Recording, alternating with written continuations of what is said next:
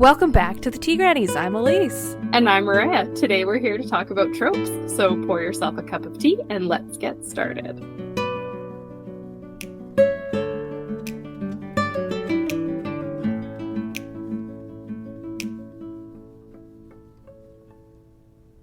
No, this is good. I feel like we're easing into it. Like, it feels like we haven't done this in 6 years, but it's been 6 months. I don't know. We're easing into it, and I have forgotten everything we've learned over 3 seasons of podcasting. So if things are rough, that's why. Blame it on me. Blame it on the break, and I'll take it because that's how it is right now. Anyway, welcome back. I'm your useless co-host for the day, and we're here to talk about tropes. So I guess before we say the word trope so many times that it stops sounding like a word at all, we can ease into that too, because it's going to happen. Fair warning. We're going to say that word so many times. But instead of that, Mariah, what did you do over the 6-month break that felt like 6 years? Well, I didn't do anything I said I would do for the most part. Of course. I think that's expected for me. I drafted a really fun contemporary romance during NaNoWriMo, and that was fun. Maybe not my preferred genre to write in, but I needed to learn that about myself, so it was good. And I'm finally working on the edits for my Lady Assassin story, months and months after I said I would, and it's taking me forever. So I had to spend a lot of time laying out all the plot threads and figuring out the big picture stuff. So I'm finally putting it together now. And my horse got injured and had the entire winter off. Mm-hmm. Mm-hmm. And so I spent a lot of money on vet appointments, and I made myself hit the gym a lot because I was so bored. Oh, good for you. Yes, I was very proud of myself. The downside is my riding boots don't fit me anymore, which is a whole saga that you can follow on our social media. Because it's been going on for so long. But she started back working this month, and so I'm very happy. Mental health is on the up and up now. Yay. And I'm also back up to 3 dogs again. So if you hear snoring in the background, you have just met Maggie. She is Trouble with a capital T.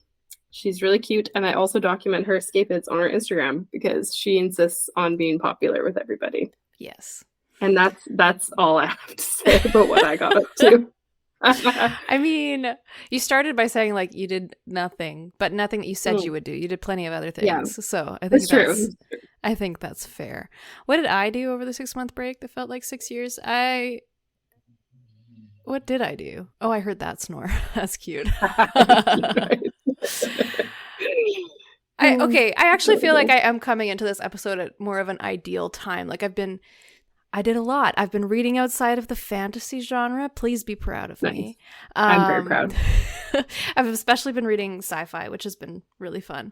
So I think because of that, I've been a little more aware of tropes than usual. Mm-hmm. Over the break, I finished drafting a sci-fi novel. It's a YA, and I know nothing about space, so it's a hot mess, but it's going to be great. That's what placeholders are for. Yes, there's so many placeholders. Oh, man.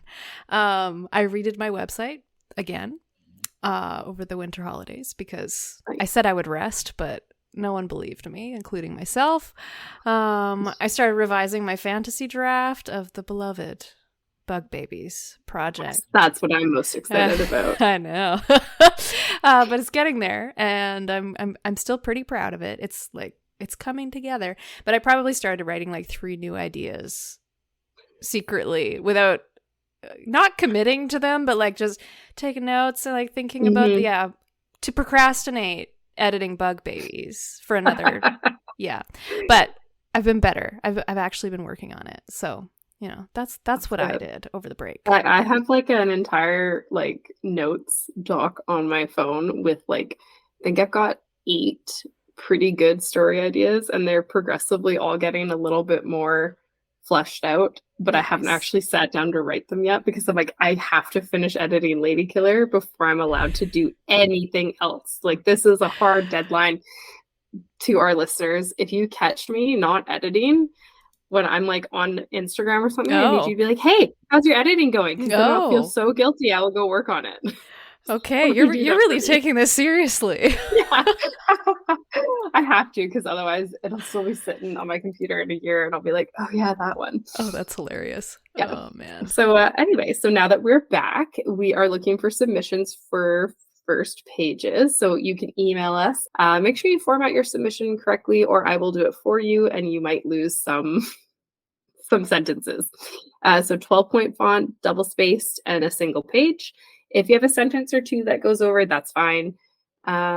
Yeah, and another bit of housekeeping. After a lot of discussion, we decided to change our release schedule to once a month. Mhm. This will give us more time to prepare a good episode for you guys, and without our own projects and work things suffering too much. So now that we've got all that out of the way, Nice. let's jump into our first submission of season 4.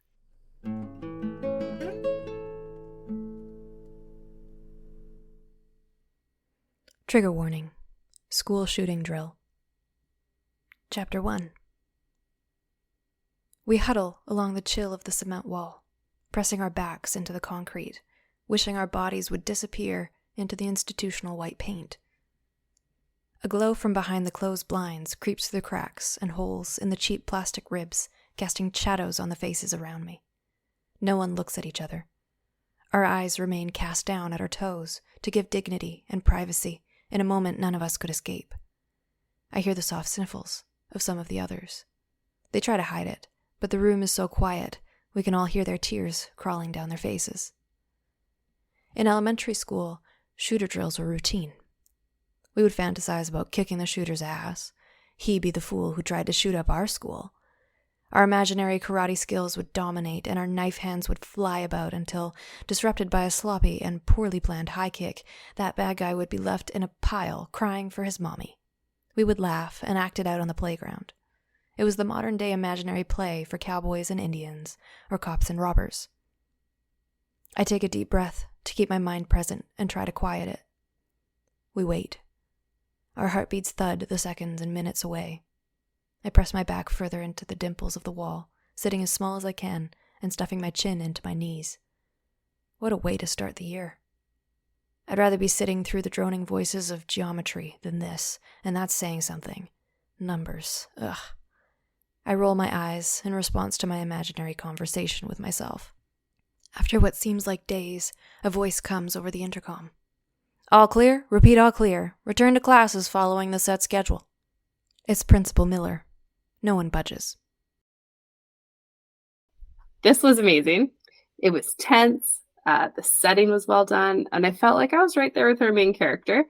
I particularly love the first sentence. It kind of gave me flashbacks to high school. A little traumatizing. Just kidding. The word choices were superb. So I loved glow and creep and casting shadows and all that was in the first paragraph. I thought that really elevated this first page. And I won't get too far into this particular comment because Elise elaborates on it, but I'd like a clearer sense of who our narrator is. But aside from that, I don't really have any other notes. The other thing I liked was the callback to elementary school and how different the experience is from elementary school to high school. Yeah. At that age, like before they've experienced a shooting or know someone or had one happen in their neighborhood, it makes sense for it to be a bit more of a game. And I think it's a good example of how quickly innocence is lost with today's youth because the world sucks. On that depressing note, and on Elise is gonna get herpes. On that note, I mean, yeah, there are some things in this life that we just you can't make light of it. Like it just doesn't work that way. But yeah, on that note, the tension and the conflict in this page is incredibly visceral. It's palpable. Like it's all too real in a way. And the average North American student is going to be familiar enough with school shooting drills to recognize this and understand all the feelings that go along with it. So I thought that was really well done. The descriptions, like Maria was saying, make everything stand out. Like it's just incredible to me. Even though we're just setting the scene for any other school in any other neighborhood, we get this real tangible sense of where the characters are. And it's so, I find if you can make a mundane kind of quote unquote normal atmosphere feel new and fresh and interesting, you've done a really good job. And I see that in this opening paragraph for sure. And yeah, like Maria was saying, if anything is missing in this page, I'd say it's some indication of who the narrator is. So we start with the pronoun we, which is collective, and there's not anything wrong with that per se. It just definitely puts some distance between the reader and the narrator themselves. And later we get into first person. We learn that this person is definitely a student, definitely someone who hates math, another kindred spirit in the midst. But yeah, we don't learn anything else about them, who they are, why they're there, beyond kind of what's immediately obvious. So I think if this continued for too long in the story, that would be a problem. But as long as we're properly introduced to them on the next page, like almost right away, whether it's through some interaction with another student, with a teacher, or otherwise. As long as we get that on the next page, I think this start works. It works for me, at least. Some people might not like that collective we start off, but I enjoyed it. But yeah, aside from that, like you said, the author has done such a fabulous job of setting the stage for the start of this story. And mostly I'm just curious, like, where they're going to take it at this point. So the next two things that I'll be looking for if I was reading more are what just happened, some explanation. Like, I'm pretty sure it wasn't a drill this time, but we don't know that for sure. So we need that explained pretty quick. And then who's the main character? We've already established like really super clear empathy for this person because of the situation. Now we just need to know who they are and we're good to go. Brilliant job.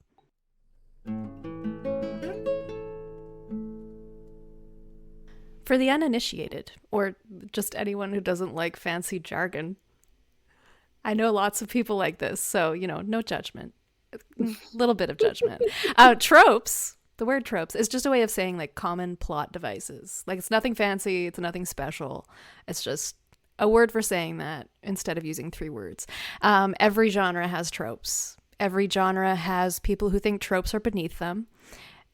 And everyone else just moves on with their lives because tropes are unavoidable. They're like common for a reason, and it's like stereotypes. They will continue to be common for those reasons until time immemorial or until society changes around them. So they can be great for book marketing, which we'll talk about a little bit later. But to start off, let's just jump into some examples of common tropes in fiction so that we're all on the same page and we all know what we're talking about. We're going to go through these in terms of like genre category. So you may already know what genre Maria is going to cover, but no surprises here. I'm going to go over mystery, fantasy, and sci-fi. I'm only going over mystery not because I don't write mystery. I enjoy mystery movies and books on occasion, but mystery tropes are just they're very commonly talked about in school. I think because they're so specific. So the ones that I have listed here, if you've watched Knives Out or The Glass Onion, you're probably going to see these ones come up. Everybody did it in The Glass Onion. It's like everyone has a reason for the crime that was committed, and it's all about figuring out, okay, who actually did it. Or the misjudged death, where the death is ruled a suicide or a murder, and then you find out that's not actually the case. It was the other one. Incompetent police is a really common trope where like you've got your private eye detective doing all the badassery, and then you've got your like actual police officers who are just, I don't know what they're doing. They're like picking mushrooms out on the side of the road. I hope that they're not really bumbling idiots in real life. So that does not give me a lot of hope. Fingers crossed. Yeah.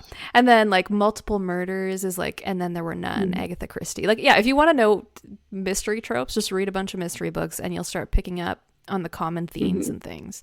Same with fantasy. Fantasy is another one that gets talked about a lot because like the hero's journey is basically just an outline of tropes getting you through the entire thing, right? So you've got character tropes like the chosen one in Harry Potter, Star Wars.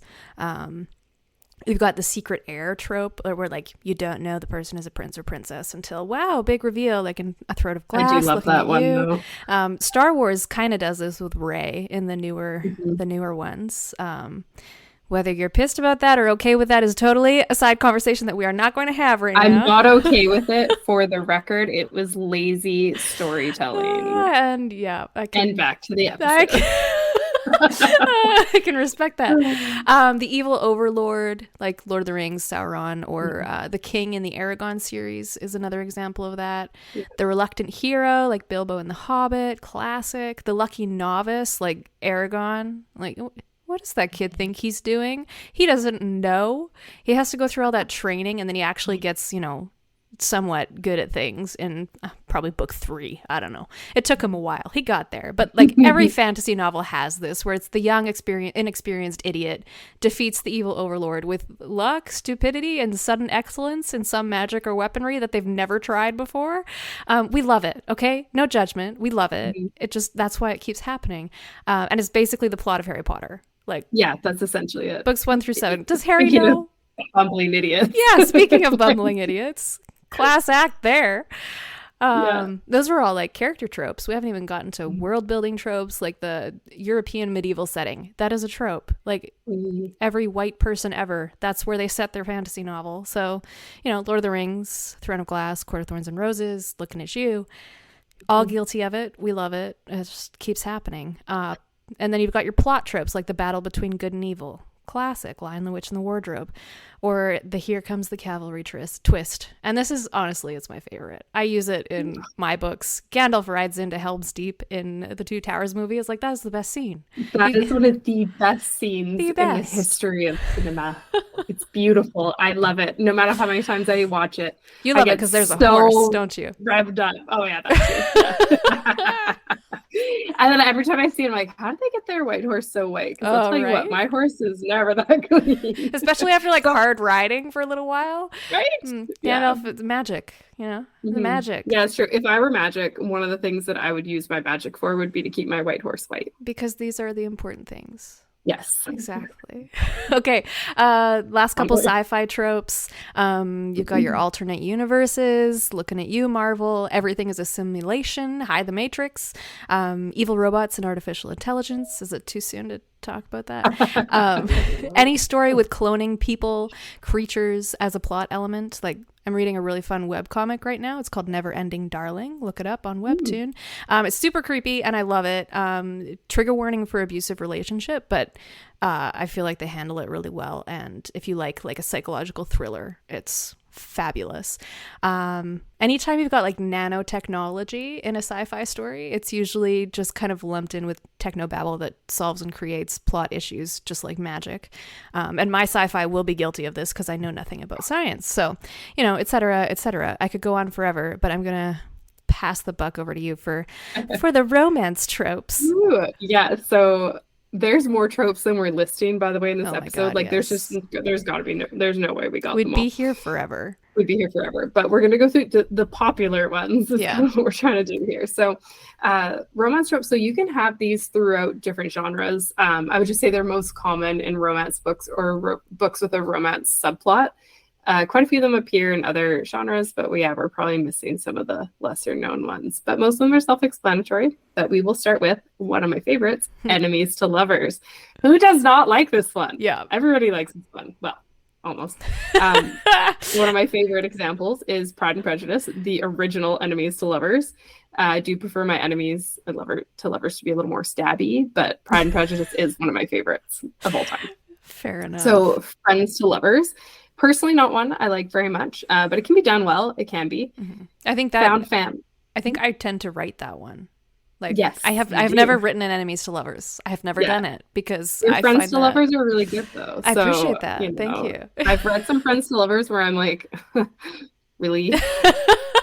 So I think that's where my judgment comes from. I don't find it as believable because I look at like my friends and I'm like, no offense, I can't see myself falling in love with you guys romantically. Like only platonically am I in love with you. Like, fair enough. Anyway, yeah. Another one I absolutely love is found family. So this one's in fantasy and sci-fi like pretty frequently. One of my favorite examples would be A Long Way to a Small Angry Planet by Becky Chambers, which is like cozy sci-fi. It's a great book. You should read it. It is. This one's a good one. Only one bed. So, oh no, the hotel room only has one bed and they have to share. Who would have thought? It's very, it's silly, but like I love it. And people just eat this up. It's fun. It's a fun one. the one horse trope. This one, ironically, I don't understand super well, even though I am a horse girl.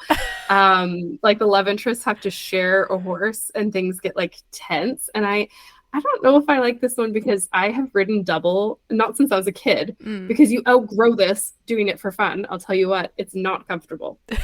It is not comfortable. The only time you would ever catch me riding double again is if it were a life and death situation, like zombie apocalypse, got to get someone out of there on my horse. And yeah, it's not comfortable. I don't care who says it's comfortable. It's not. It doesn't matter how hot the person is who's riding behind you. Does not matter. Does not matter.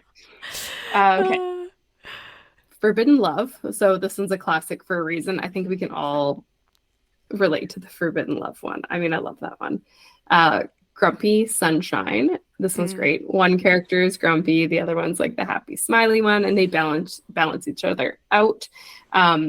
This applies to my own relationship. I'm grumpy and he is sunshine. So it does work in real life. So I believe this one all the way. Forced proximity. This one's a fun one in fantasy and sci-fi, especially like people being forced to train together, survive a competition together. Yeah, all of those are, and like the one bed trope is basically like a subset of forced proximity. Absolutely, it's like a little subgenre. Forced proximity. And if you get like forced proximity because they're training together and then they end up having to share a bed. Oh yeah, like nested forced proximity. The best. It's perfect. Look at us. We're thriving right now. This is our shit. Second chance romance. I see this a lot in small town romance, and I think that's where it's done the best. Personally, I don't think I've ever seen it where I've liked it. Like oh really? Okay. Oh no, that's a lie. I just read the X Hex, and I thought, you know what? I'll take it. I think that one did pretty good. Yeah, I think it has to be well done. Otherwise, it's like, why did you break up in the first place? Why did you break up, or why did you get back together? Because that's like exactly it. Like the thing has to be resolved. So I think the second chance can be done well, and I think it's because a lot of people also thrive on like what if I had moved for that job, what if I had moved for that person, what if they had stayed. So I think that's why it's quite popular. Interesting. I suspect. Fake relationship. I freaking love this one. I don't care if it's silly. I love it. Give me that fake relationship. It's awesome. And then the lines between fake and real blur, and it's great. I love it. It's one of my favorites. It works for me almost every time. Yeah. Fish out of water. So this is like your classic, like normal person falls into a fantasy world type of thing. It can also be in other things too. Like someone gets like thrown into a different career or things like that. It can be done lots of different ways, but that's kind of the standard example. The love triangle. Cue barf noises. I personally loathe the love triangle, but it's self-explanatory. I feel like it's rarely done well. I will die on this hill. I don't love it. Anyways, secrets. So there's like secret billionaire, secret child. It's usually something that you would not forgive someone in real life from hiding from you, but it's, in fiction, you're like, that's what the story is about. Is like, okay, the secret came out. How are you going to deal with it now? That's exactly. Soulmates or fated mates. Really fun. You see this a lot in fae or like monster, like werewolf type romances. It's super common, but I like the idea of fated mates. I think that's a fun one too. That's one that I don't love, honestly. Oh, really? I don't. Yeah, it's just because of how I approach. I know some people in real life feel like fated mates is a thing, right? And that's fine if that's your experience. Whatever, sure. If you've seen that in the world, great. I personally haven't, and feel like I just don't feel like it's a thing, so it bugs me. I suppose in real life, I don't think it's a thing with people. I do think it's a thing with like animals, in a lot of ways. Like, for example, like my horse Ledoux. The way I came into getting her was like my other horse got very injured and her career was over, and I didn't really want a new horse. But I went out horse shopping, and then, once I was there, I was excited, obviously. And I tried quite a few horses, and my coach was like, oh, like, I think we should maybe call it, like, you've ridden a lot of horses today. We got all like good prospects. And I went, no, like, let's go see that last one on the list, because I bet anything I like it. Mm-hmm. And the second, it's the weirdest thing. It happened with Ledoux, it happened with my other horse and my first horse too. The second I swung my leg over their back, I was like, this is the horse for me. Oh, wow. I didn't even have to ride them. I was like, that's this wild. is the horse for me. And the ride just got better and better from the time I put my foot in the stirrup. So to me, I guess fated mates maybe exists with horses. That's my verdict. I mean, they're basically unicorns, so I'll take it. There's magic there somewhere. There is some magic there. Okay, back to tropes. Surprise pregnancy. I know a lot of people like this one, but I don't. I will avoid a book if this trope is in it and I find out beforehand. I just don't like it. If you like it, that's fine. It feels like a lazy way to push characters together. Yeah. I think it's because I think that's how I feel about the Fated Mates one. Similar. Like if I find out beforehand, it's like, okay, not for me. Because you know the outcome, right? Like I think I saw Knocked Up, I guess at a it was an influential movie at the age I was whenever it came out. Yeah. And I remember being like, these people would never be together for this. Yeah. It's so stupid. It's a funny movie though. So yeah, that's my thoughts on surprise pregnancy. Please don't cancel me because I don't like it. So slow burn, I mean, this kind of mostly falls under romance only. It's when the love interests take almost the entire book to get together, or like the entire series. The payoff has to be good for slow burn. If you're gonna slow burn it, you better make it worth the wait. And because the ones that are worth the wait are amazing and I love them, so that's a good one. And then this one, everybody loves this one on Book Talk Bookstagram. Who did this to you? Very popular in fantasy romance, and I'm here for it. Basically, one love interest discovers the other has been injured, and they get all protective and like go to battle for them. Like, who did this to you? And then they go and just like destroy the person who did it. And it hits really good, especially when they're not out of the enemies phase yet. That's when I like it best. I'm like, realizing feelings without realizing feelings. Realizing feelings with violence. I mean, that is not the answer, kids. But it's always fun in fiction. Secret royalty. So also love this one. Anyone who grew up watching The Princess Diaries is probably a sucker for this one. This falls under secrets, but secret it has heir, its own secret royalty section because secret royalty is super fun. Age gap. This one's getting more popular now that we have so many daddy celebrities. I would say the age gap has to be like 10 years or more for it to count. There's no really hard and fast rule for it. Some people find this icky. It's personal choice. And then we got best friend's brother or brother's best friend. Self-explanatory. Also one that gives me the ick. Oh, really? But I think it's because I've known my best friend's brother since I was 6 or whatever. So I think goes without saying that's a no from me. Does he listen to this podcast? No, I hope not. And but she does though. Hey, bestie. And then the brother's best friend also. No thanks. Not a chance. And that's pretty much it for romance tropes. Yeah, I mean, if you've paid attention through that whole list, I think it's pretty clear that it's impossible to write a story without tropes. This is what tropes are. Tropes are common themes or ideas that people enjoy reading about, and especially in the romance genre, they're going to pick up books because it has this XYZ tropes that I like, right? So if you're going into a story being like, I'm going to be completely original and I'm not going to use any tropes in my story, then you're going to end up disappointed because it's basically not possible to do that. If someone's managed it, first of all, I don't believe you. Second of all, show me. But this brings us pretty nicely into where tropes go wrong. So you're stuck with them. You have to use them. So using them well, that's where things get interesting. And that's why, like, in marketing, you'll see these tropes used as marketing language, because it's all about whether, like, okay, you've used these tropes that I find interesting, and then have you done something kind of new or fresh with them, or just taken a fresh take on it. And that's what people are looking for. So yeah, like a common issue in this conversation is when people think tropes are just bad because tropes became known for being used too much, and this simply isn't true. Like, that's just human nature is we tell and retell the same stories over and over.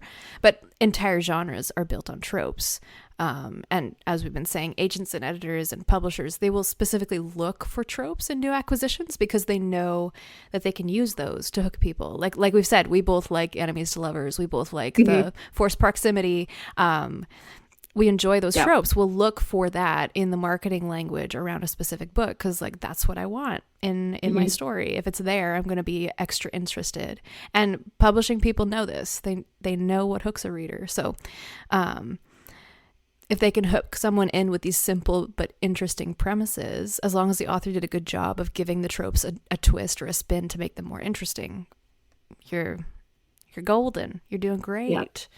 So the magic really happens, pun fully intended, when you learn to turn those tropes on their head and add twists and make old ideas become new.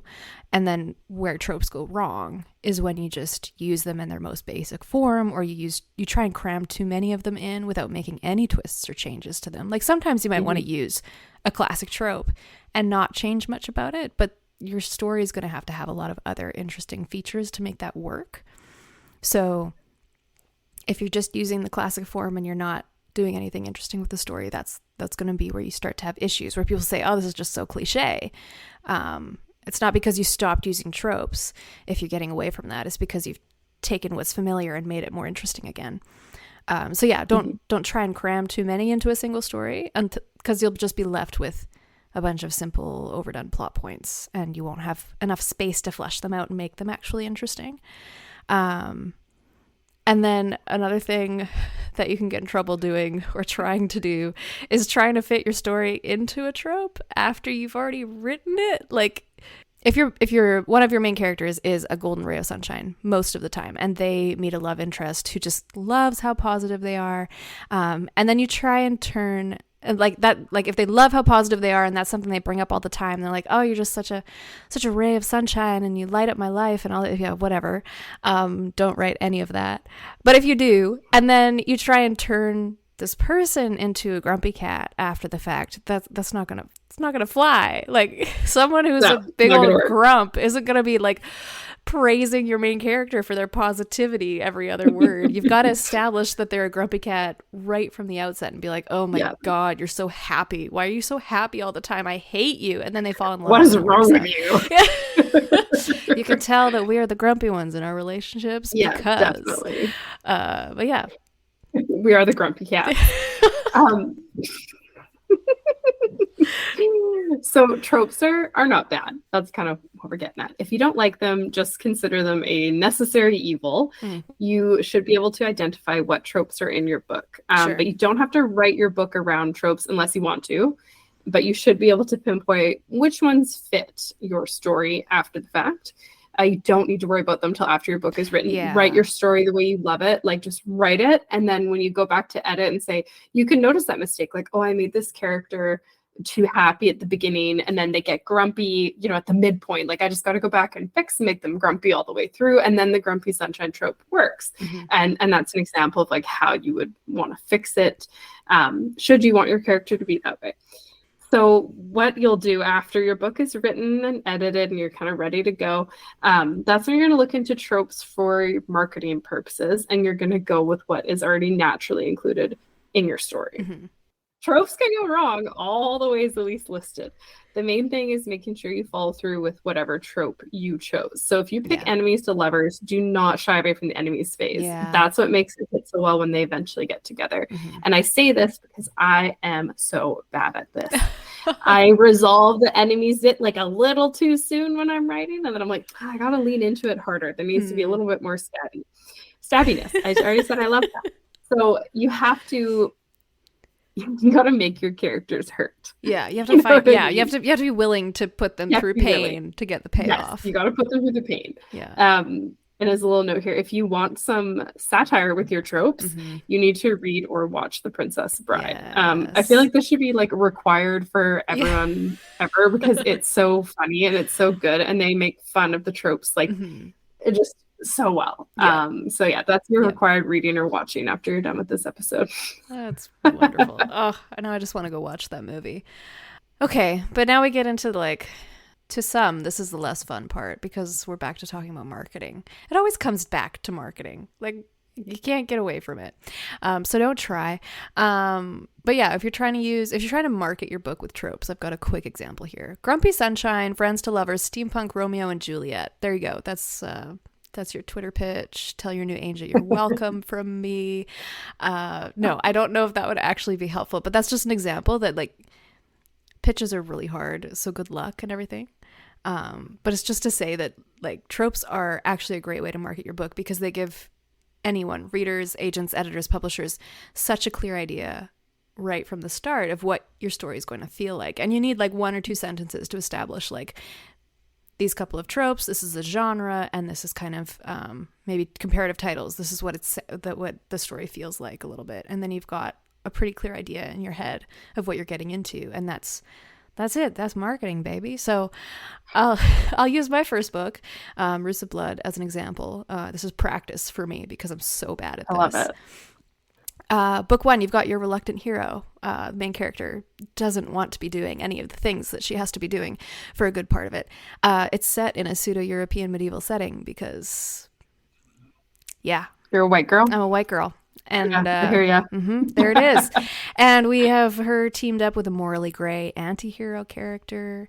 And then this reluctant hero eventually meets a mentor character. That's also a trope. Like the wise old mentor who like walks you through the darkest parts of your life. Yeah.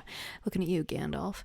And then later, she ends up in Friends to Lovers romance along the way. Spoiler alert. And we even get a Here Comes the Cavalry moment at the end of, spoiler alert, book 3, and spoiler alert, book 2 as well, in a sense. And it's awesome. Thank you very much. I'm very proud of those moments, by the way. I put a lot of work into them. But okay, so that's my book. But for a story that's, maybe a little more familiar to the average person, if you want to compare that to Star Wars, as everyone already does, because this is like the template for the hero's journey. You've got your chosen one. Anakin, I think Luke fits this as well, but Anakin is the one that even more so. He's also they legitimately call him like the chosen one. So yeah. Can't really get away from that. And then he's also the lucky novice because he's riding a starfighter for the first time, and he does it perfectly because of course he does. You've got your battle between good and evil the whole way through, the Jedi versus the Sith. Like, they don't shy away from that. It's good. Everything about that is very clear. You've got your mentor character in there as well. Qui-Gon Jinn to Anakin, Obi-Wan to Luke. You've got it all the way through the series. And then how can you forget enemies / rivals to lovers, Han Solo and Princess Leia. OTP. Seriously, that's where my love for enemies to lovers started. Actually. That's where it all began. I want to say it's Pride and Prejudice, but it was definitely Star Wars. Because I remember obsessively watching the trilogy like every weekend because I was that kid. And I was always, Han Solo was like my first crush as well. But I was just like, this is awesome. I love this. More of this. Anyway, and now you write more of that, so you get more of it. Yay. And then just the last one was that I'm pretty sure there's endless Here Comes the Cavalry moments across the series. Like, don't ask me to pick a specific one. How many times does the Millennium Falcon just like swoop in and save someone from certain death? Like, it happens at least once per movie or something. So there you go. Exercise complete. I love that. Those are awesome examples. So Star Wars fits so many different tropes. I think that's the best one to use for an example. A lot of book marketing on TikTok revolves around tropes. So if you're planning to or already use TikTok to market your writing, definitely keep that in mind. I've seen people do like teaser videos, or their promo videos revolve around the tropes, and it's really effective. Like, I have put books on my list because I've been like, ooh, I like all those tropes, and then I look up the description and I'm like, that sounds interesting, and then I add it to my list, my endless list of like 500 or 1,000 books that I might never read in this lifetime. Anyway, I should table that for therapy. Why do I have such an addiction to adding books to my list? Embarrassing. And another reason tropes are important to know and use in your marketing is so people can not read your book. I know you're thinking, well, we don't want that. We want people to read our book. So you want people to read your book who want to read it. Yeah. You're writing for your ideal reader, not for everybody.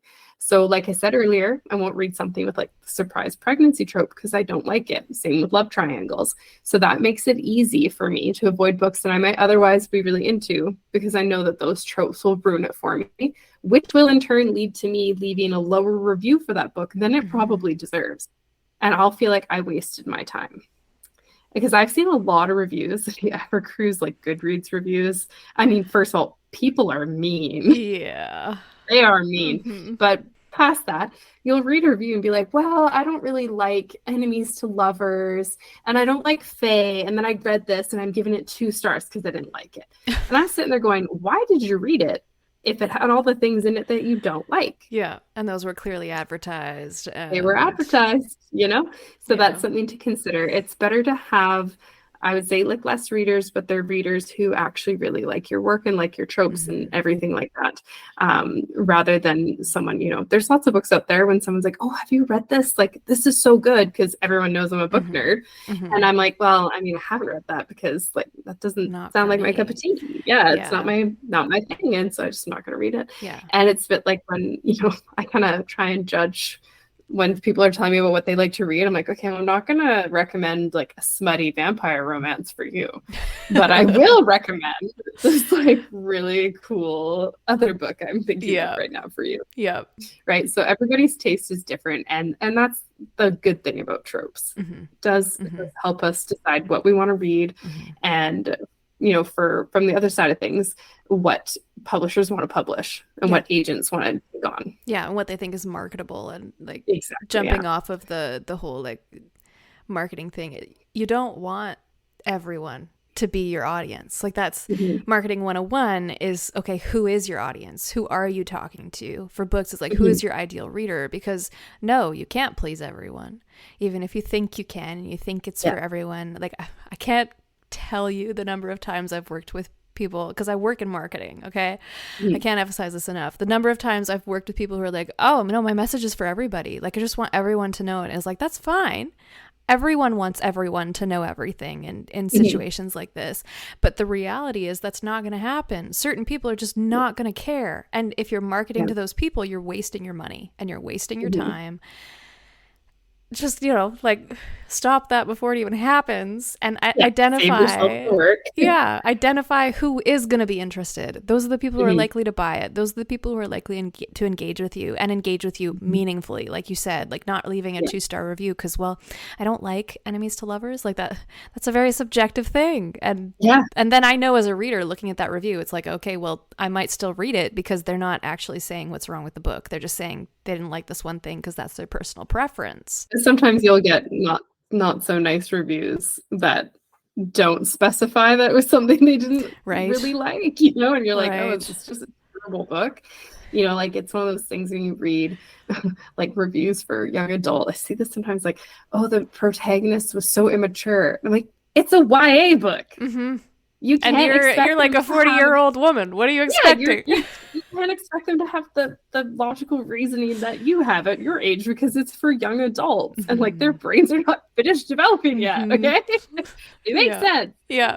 So a little bit of that too, and that's something to keep in mind when you are looking for books to read or books for comps or whatever. Even when you go through the reviews, like it's something to keep in mind. Like that's. I mean, we talk about this a lot on the show. This doesn't really have anything to do with tropes, but it's their opinion on a book. Like I have given books 5 stars that I know are maybe not super well written, but I love them. I enjoyed them. They're a 5-star read for me. I've read books. There's one book by a very popular author who I love all her other books. I read one of her Friends to Lovers, and I was like, I didn't like it at all. But I did not give it a shitty rating. Because her writing was good, the story was good, and if I knew if someone liked Friends to Lovers, they were gonna like this book. Yeah, I just didn't like it. It wasn't your thing. But I wasn't gonna shit all over that writer and in the review because it wasn't. I knew going in that I didn't like that trope. Yeah. Right. Yeah. So like, it wouldn't have been fair for me to do that. But well, I think that's still very much related because that just goes to show like how powerful tropes are for marketing terminology for identifying like. Yes, this is an identifier of your ideal reader. So use them. Use them a lot. Get really good at identifying them.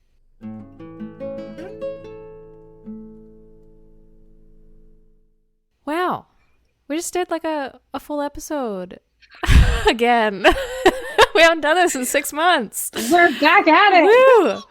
Oh, I'm so proud of us. I guess, yeah. Me So too. as a recap, we have talked about tropes today. We got through an entire episode of this. First, tropes can help you decide to pick up a book or to not pick up a book. And these are both good things. Don't be scared of like someone saying, oh, I don't like Friends to Lovers, so I'm not going to like your book. At least they have the self-awareness to tell you that and not leave you a shitty review afterwards. It's not right? personal. No, it's not. It's really not. Yeah, so tropes are great. 2, tropes are excellent marketing tools, whether you're pitching to an agent or selling to the world. So this is for traditional published authors. This is for self-published authors. This is not one of those things that like, oh, I don't really need to worry about this because I'm doing X, Y, or Z. Like anyone, you got a book, you're thinking of writing a book, you're pitching your book on Twitter, you're selling your book now to people all the time. Tropes. Think about your tropes. This is, fiction. I mean, it doesn't really apply to nonfiction so much, but we're a fiction podcast. I think that's fairly evident at this point. And then 3, different genres have different tropes that may be expected, anticipated, controversial. So be aware of them. If you're writing in a certain genre, you should know the tropes really well. You should read in that genre. That's one of the key reasons to read in that genre, because that will help you figure out like, what are my readers expecting of me? And if I don't have those things in there, are they going to still be interested in my book? And tropes can be really important for that. And then 4th, lastly, I guess, I don't know if this is the most important point or not. I'll let you be the judge, but tropes are in your story, whether you like it or not. This is the most important point. I'm talking to you people. Knowing about them will serve you better in the long run, rather than pretending that they don't exist. So don't do that. Even if you don't like them, they're there. They are you have there. to deal with it at some point. Oh, yeah. And that's the tea on tropes. So don't forget to rate and review wherever you get your podcasts. You can follow us on Instagram at the Tea Grannies Podcast and on Twitter at the Tea Grannies. Full warning, I always forget that we have Twitter, but I do check it sometimes. So if you message me there, I will eventually see it.